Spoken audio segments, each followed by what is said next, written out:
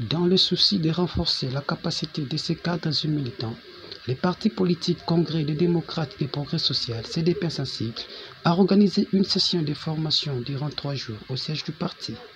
La dite session de 3 jours, dénommée Akamansia, a vu la participation de plusieurs cadres et militants qui ont répondu massivement à l'invitation lancée par l'Institut de formation IFOCA sur les thèmes défis congolais et voies pour les surmonter. Prenant la parole, le président national du parti, François-Xavier Béchika Kaloubou, dans son discours d'ouverture, a eu des mots justes et profonds pour rappeler à tout un chacun l'importance et le but de ces grands rendez-vous. Au nom du parti, je tiens à vous saluer tous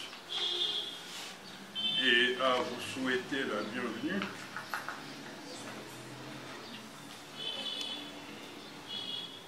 à cette séance, d'une part, de recyclage et de mise à niveau pour certains et de formation pour d'autres. Il s'agit de la session spéciale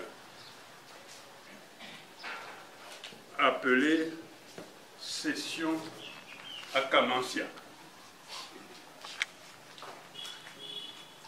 Qui est Akamansia? Certains d'entre vous sans doute se posent la question, pourquoi session Akamansia? Akamansia d'heureuse mémoire est un camarade fondateur du parti, militant de premières heures dans ce pays et qui, pour certaines raisons et dans certaines circonstances, a décidé, avec nous ensemble, de créer le parti appelé Congrès des démocrates pour le progrès social, CDPS. Akamansia était un camarade spécial, si je peux m'exprimer ainsi. Spécial dans la nature et la signification de son engagement. Spécial dans la disponibilité et le don de soi. Spécial dans la fidélité aux idéaux du parti et de l'intérêt général, et spécial pour l'esprit de solidarité. L'objectif, n'est-ce pas, de notre parti, et nous l'intégrons dans l'appellation du parti, Congrès des démocrates pour le progrès social. Le progrès social qui signifie c'est un progrès social de la collectivité et de l'ensemble et non pas le progrès de quelques individus triés sur le volet d'une caste spéciale qui se donnerait le privilège de profiter des avantages du moment en négligeant l'ensemble de la collectivité et de la nation. Si nous avons décidé de créer le parti CDPS, c'est parce que justement, nous sommes arrivés tous à constater que de l'autopsie, de l'examen fait dans l'analyse de l'ensemble du parti dans notre pays, et vous en savez, il y a plusieurs centaines, nous avons dénoté qu'il manque une dimension que nous considérons non seulement spéciale, mais essentielle dans le fonctionnement, dans l'évolution et dans les objectifs que ces partis se sont déterminés.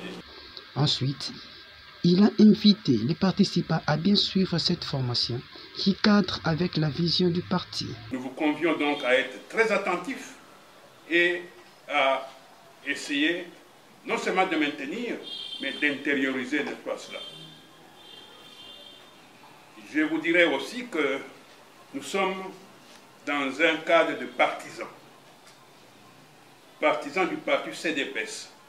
Mais CDPS a la caractéristique qu'il ne faut pas qu'il y ait une langue de bois. Chacun est libre de s'exprimer. Même si par hasard vous constatez que ce que vous dites est à l'encontre de ce que quelqu'un a avancé, mais avancez, essayez de vous expliquer, essayez d'argumenter, on vous répondra. Et c'est au cours du débat et aux échanges des idées que finalement, une compréhension et une lumière correcte se focalisera, n'est-ce pas, dans l'esprit des uns et des autres pour finalement évoluer dans le même sens. Par contre, si on se montre timide, réservé, on marchera à ce moment-là sur des terrains non pas solides, mais sur des sentiers. Après le discours du président, le professeur Kabea Chikungu a présenté de manière claire et pratique la République démocratique du Congo comme territoire, peuple, ressources et terrain de combat pour permettre aux participants d'avoir et connaître l'histoire de notre pays. Je vais vous présenter le Congo comme peuple. Je vais vous présenter le Congo comme terrain de combat. Oh non, non. Comme ressources. Et je vais vous parler du Congo comme terrain de combat.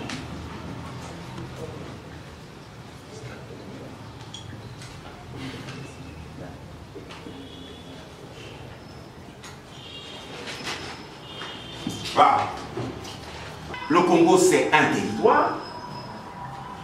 Il va d'où à où? Le Congo, c'est un peuple. Il s'agit de quel peuple? Le Congo, c'est des ressources immenses. Tout le monde le dit. Quelles sont ces ressources? Où sont-elles localisées? Et le Congo, c'est un terrain de combat pour les gens du CDPS. Mais il s'agit de quel combat? Les gens ne savent pas. Nous essayons aujourd'hui, pour ceux qui connaissent ça, d'améliorer et de partager cette connaissance. Pour ceux qui connaissent moins, de renforcer leur connaissance. Pour ceux qui ne connaissent pas, d'acquérir cette connaissance pour que nous ayons un même entendement lorsque nous parlons du Congo.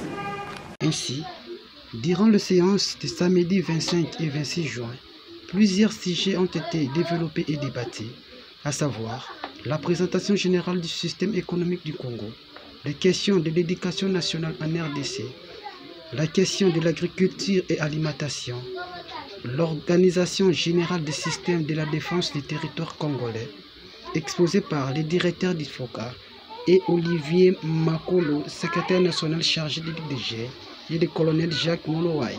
Satisfait du déroulement de la session, le directeur du FOCA et quelques participants se sont livrés dans notre micro.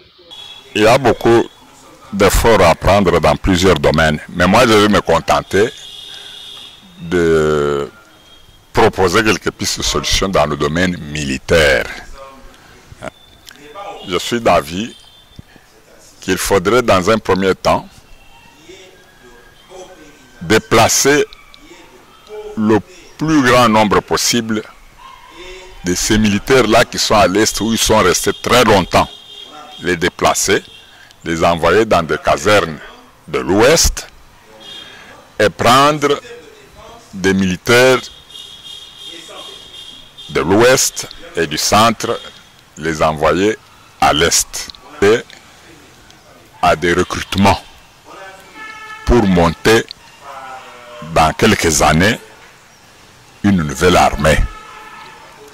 Parce que on ne construit pas une armée avec des mutins. Les gens là qu'on appelle le mixage, brassage, ce sont des mutins, des rebelles. On ne forme pas l'armée, on ne compose pas une armée républicaine avec des rebelles. Oui, mais nous sommes un parti qui organise la formation des militants. C'est une obligation. C'est une obligation, c'est écrit même dans la loi qui organise et contrôle les partis politiques dans notre pays. Ça ne doit pas vous surprendre, ça ne doit pas vous étonner. Nous le faisons régulièrement. Perte de vitesse, c'est toujours ça. Perte de vitesse parce qu'on ne vole pas avec les autres ou quoi. Il n'y a pas question de perte de vitesse, c'est le pays qui est en perte de vitesse et tous ceux qui veulent construire doivent se mettre ensemble pour étudier les questions, analyser les défis et prendre des dispositions pour aller de l'avant. Au niveau du supérieur et des universités, essayer de favoriser les filières techniques, de les multiplier et de les subsidier. Nous avons un enseignement privé qui est large. Nous avons à peu près 800 universités au Congo. Et donc, le secteur privé a créé beaucoup d'universités. Ces universités, il faut en sélectionner quelques-unes qui ont des filières techniques. Et il faut que l'État, au lieu d'aller demander de l'argent dans ces universités, il faut que l'État paye l'argent pour une meilleure formation de ces gens-là. Et il faut qu'il leur garantisse des salaires et des conditions de travail convenables pour retenir cette main-d'œuvre au-dedans de notre pays. Ça demande un programme courageux, cohérent, déterminé, un programme coûteux et qui prendra 20 ans, 30 ans pour retrouver le niveau qui était le nôtre dans les années 60. Nous venons de participer à cette dernière session parce qu'elle s'est passée en 3 étapes. On a compris que la majeure était de trouver les défis qui constituent des crises en crise de la République démocratique du Congo depuis son accession à l'indépendance. Bon, c'est malheureux de voir que le système éducatif est par terre. Le gouvernement a éducation. Ainsi, c'est par le mot de clôture du président qu'aille la fin de session à Kamassia. Merci beaucoup, mes camarades modérateurs. À tout seigneur, tout honneur.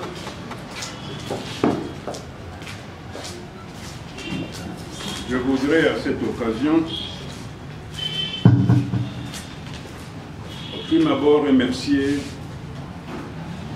l'exécutif du parti, en particulier le secrétaire permanent, d'avoir pris l'initiative d'organiser cette manifestation, session de formation à Kamassia. Ensuite, je voudrais remercier le camarade Chikoukou, directeur de l'IFOCA, Institut de formation de cadre du parti, d'avoir non seulement répertorié les... que dis-je? D'avoir d'abord réfléchi sur le thème général et ensuite répertorier les sous-thèmes qui devraient donner le contenu au thème général et d'avoir réfléchi à l'organisation pour que cela devienne une réalité. Toutes nos félicitations. Vous avez fait un travail de titan dans des conditions très difficiles, malgré vos multiples tâches. Nous voudrions remercier aussi les camarades participants, car sans leur présence, l'effort déployé et par l'exécutif et par l'école du parti n'aurait pas connu ni l'affluence, ni l'intérêt que nous constatons aujourd'hui. Nous vous remercions donc de vous autres donner corps et âme en participant effectivement en chair et en esprit. Je dis bien en chair et en esprit parce qu'on peut être présent et être distrait. Mais ma présence parmi vous m'a permis d'observer et de constater l'intérêt que chacun de vous a porté à cette formation. D'autant plus que les différentes questions qui ont été posées m'ont aussi amené à comprendre qu'effectivement, vous y avez apporté l'intérêt qu'il faut. Camarades, certains d'entre vous sont arrivés après que la session ait commencé. D'un coup, ils constatent ou ils lisent sur le papier qu'il s'agit d'une session Akamansia. Ils peuvent se poser la question, mais Akamansia, c'est quoi? Pourquoi appelle-t-on cette session Akamansia? Je souhaiterais donc qu'en quelques mots, je puisse répéter ce que j'avais dit à l'ouverture de cette session en présentant la personnalité du camarade Akamansia. Akamansia est un combattant du parti. Je dis bien, avant même d'être combattant du parti CDPS, c'est un combattant militant de la nation qui s'est impliqué depuis de longues dates à tous les combats devant aboutir au changement réel de l'avenir de notre pays. Akamansia était dans tous les fronts. Et lorsque certaines circonstances l'ont amené à ce que lui et nous puissions former CDPS, il était le premier à apporter sa contribution sur toutes les formes. Akamansia, c'était un engagé, fervent, indéterminé. Akamansia était disponible à souhait. Il ne se posait pas la question quand il s'agissait de travailler pour le parti. Je me souviens que parfois, il passait des nuits sur le divan ou le canapé ici, parce que nous avions à échanger et qu'il fallait le lendemain matin que tout ce que nous avions dit soit prêt à être communiqué. Ou il prenait des initiatives et il venait toquer, il dit non, il faut ceci, il faut ceci, il faut ceci. Bref, si l'intérêt général est devenu une réalité, notre propre intérêt en tant que structure partisane, ou même en tant qu'individu, s'étrouve. Par contre, si nous nous tirons et que nous essayons à sauvegarder uniquement nos intérêts partisans ou nos intérêts individuels, mais il y a combien de structures qui existent dans le pays? Il y a combien, n'est-ce pas, de Congolais qui existent? Aujourd'hui, nous sommes environ 100 millions de Congolais. Si chacun veut tirer la couverture de son côté, vous voyez très bien que ce sera une structure, une société compliquée, n'est-ce pas, à édifier. Voilà pourquoi nous avons créé, n'est-ce pas, notre parti. Ainsi, le thème défie, n'est-ce pas, la nation. Et la manière, n'est-ce pas, d'y apporter, privilégie avant tout l'intérêt général. Vous avez pu observer et suivre que le développement des différents thèmes, l'analyse qui ont été faites en vous présentant les faits, l'analyse qui a été faite en vous permettant de constater l'évolution de cela par rapport au passé. Vous constatez que dans les différents domaines, les 6 qui ont été présentés, eh bien, nous marchons en reculant à tous les niveaux. Et cela d'une manière générale, pour ne pas dire d'une manière collective. Question, pourquoi cela? Nous pensons que l'une des choses, c'est que l'ignorance, l'absence d'information de la réalité au niveau de ces structures, de toutes ces structures, comment elles marchent, comment elles fonctionnent et comment elles pourraient devenir demain, l'absence de cette information et de cette connaissance favorise, me semble-t-il, la chute vers l'abîme. D'où la nécessité de l'information, de la formation, elle est capitale. Elle est capitale dans la mesure où, ayant reçu l'information, aujourd'hui, en partant, vous ne serez pas les mêmes hommes ou les mêmes femmes sur tel ou tel problème qui a été évoqué avec le même niveau de conscience que quand vous êtes entré. Vous serez différents. Alors, notre souhait, c'est qu'en partant d'ici, que vous soyez le relais au niveau, n'est-ce pas, de la population. C'est pourquoi nous qualifions cette formation, c'est la formation des formateurs.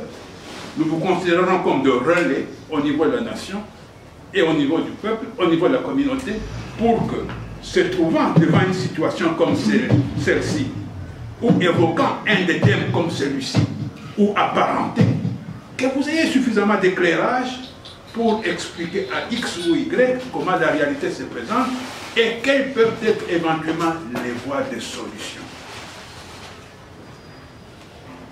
Et enfin, cette prise de conscience ne pourra devenir réalité, et je crois qu'on vous l'a dit au cours de l'exposé, et même dans certaines questions qui ont été posées, la réponse a été faite, c'est que l'ensemble de tout cela ne pourra marcher que lorsqu'il y aura, un, au niveau de leadership du pays, deux, au niveau des institutions, n'est-ce pas, du pays, les gens à même de comprendre et d'intégrer la philosophie et le comportement correct de toutes les choses, des problèmes tels qu'ils se posent et des solutions à y apporter.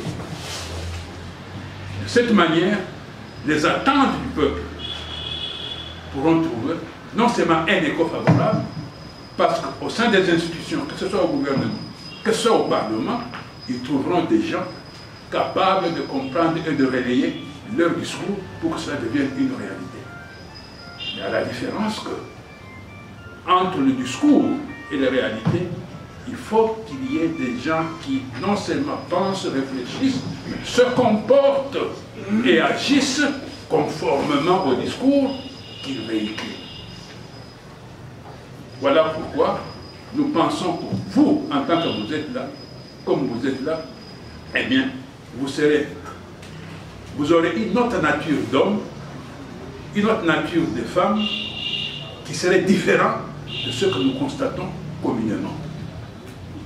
Voilà pourquoi nous disons, nous qualifions comme étant une structure, un parti politique du vrai changement.